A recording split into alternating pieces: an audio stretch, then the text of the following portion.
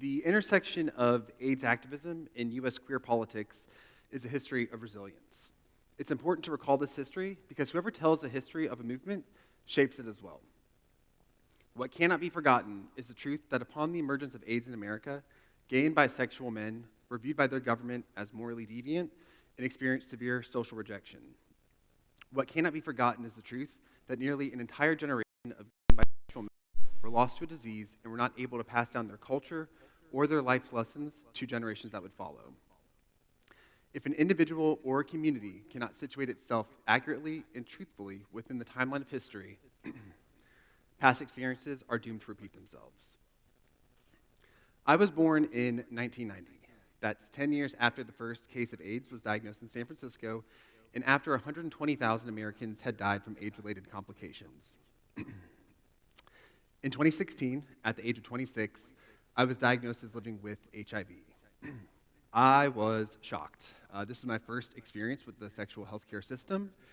I had learned about HIV, albeit briefly, in a high school health class, but my understanding was that HIV was not something that happened anymore, and that I certainly was not at risk of contracting the virus.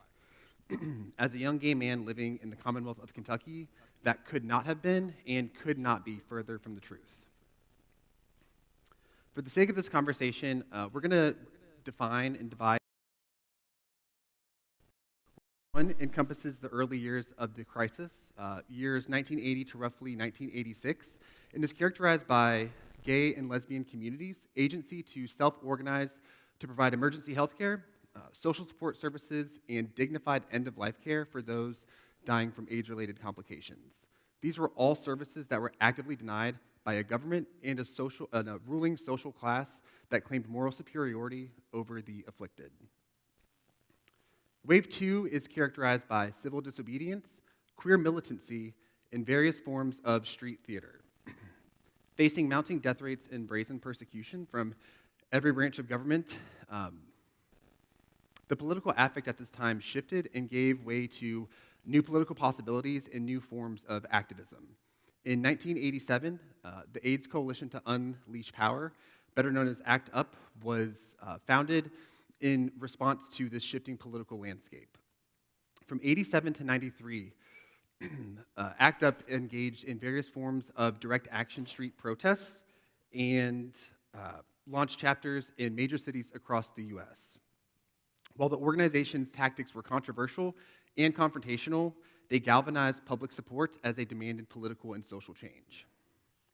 So in 1990, Congress finally passed a series of legislation that focused on the health and social equity of those living with HIV, and substantially funded state governments to invest in public health measures to combat the crisis.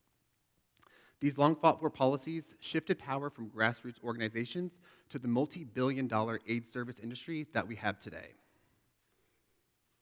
Since this ongoing investment from Congress, scientific and technological advancements in the prevention and treatment of HIV have been mind-blowing.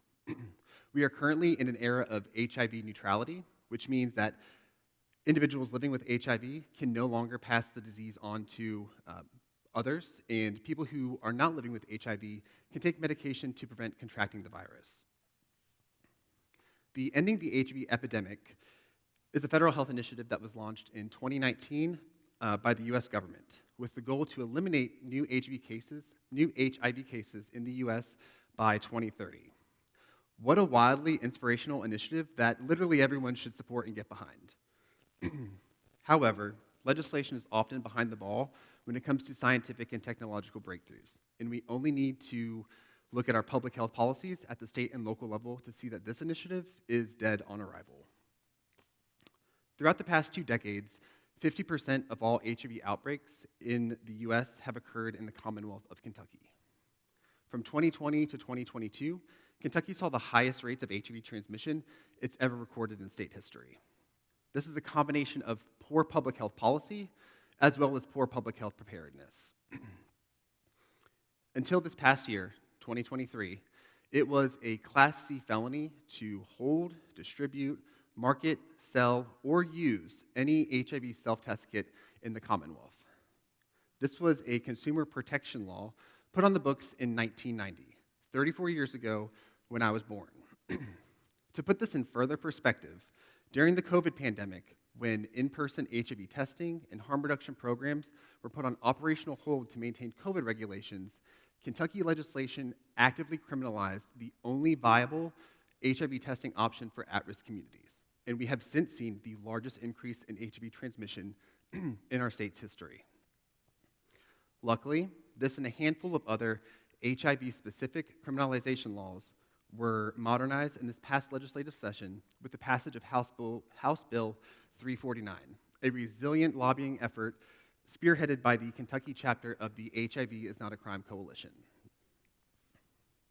To conclude, when the truth of history is accurately portrayed, we can situate ourselves and our experiences in the timeline and learn from our past.